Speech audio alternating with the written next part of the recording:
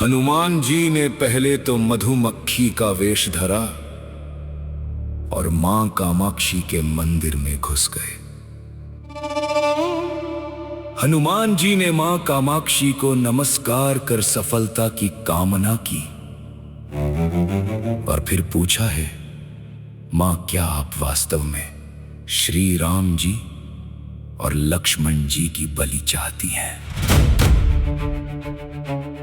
हनुमान जी के इस प्रश्न पर मां कामाक्षी ने उत्तर दिया कि नहीं, मैं तो दुष्ट अहिरावण व महिरावण की बलि चाहती हूं। ये दोनों मेरे भक्त तो हैं पर अधर्मी और अत्याचारी भी हैं। आप अपने प्रयत्न करो, सफल रहोगे। मंदिर में 5 दीप जल रहे थे, अलग अलग दिशाओं और स्थान पर। मां ने कहा, ये दीप अहिरावण ने मेरी प्रसन्नता के लिए जलाए हैं। जिस दिन ये एक साथ बुझा दिए जा सकेंगे, उसका अंत सुनिश्चित हो सकेगा। इस बीच गाजे बाजे का शोर सुनाई पड़ने लगा। अहिरावण महिरावण बलि चढ़ाने के लिए आ रहे थे। हनुमान जी ने अब मां कामाक्षी का रूप धरा। जब अहिरावण और महिरावण मंदिर में प्रवेश करने ही वाले थे कि हनुमान जी का महिला स्वर गूंजा।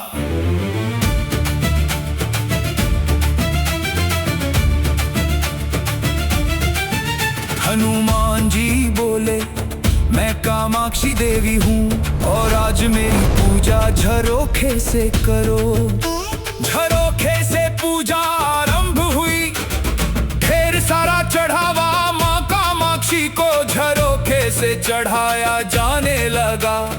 अंत में बंधक बलि के रूप में राम लक्ष्मण को भी उसी से डाला गया। दोनों बंधन में बेहोश थे। हनुमान जी ने तुरंत उन्हें बंधन मुक्त किया। अब पाताल लोक से निकलने की बारी थी, पर उससे पहले मां कामाक्षी के सामने अहिरावण महिरावण की बलि देकर उनकी इच्छा पूरी करना और दोनों राक्षसों को उनके किए की सजा देना शेष था।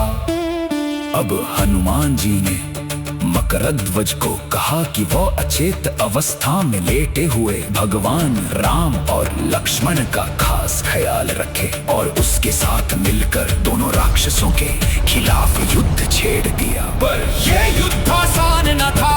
रावण और महिरावण बड़ी मुश्किल से मरते, तो फिर 5-5 के रूप में जिदा हो जाते।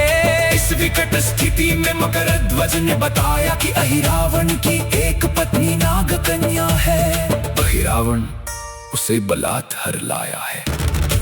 वो उसे पसंद नहीं करती पर मन मार के उसके साथ है। वो अहिरावण के राज जानती होगी। उससे उसकी मौत का उपाय पूछा जाए। आप उसके पास जाएं और सहायता मांगे।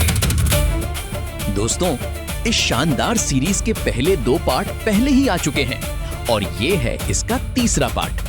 अगर आपने अभी तक पहले वाले पार्ट नहीं देखे हैं तो जरूर जाकर देखें, तभी इस कहानी का असली मजा आएगा। और देखने के बाद हमें कमेंट करके जरूर बताएं कि आपको ये पूरी सीरीज कैसी लगी। अगर आपको ऐसी ही पौराणिक और ज्ञानवर्धक कहानी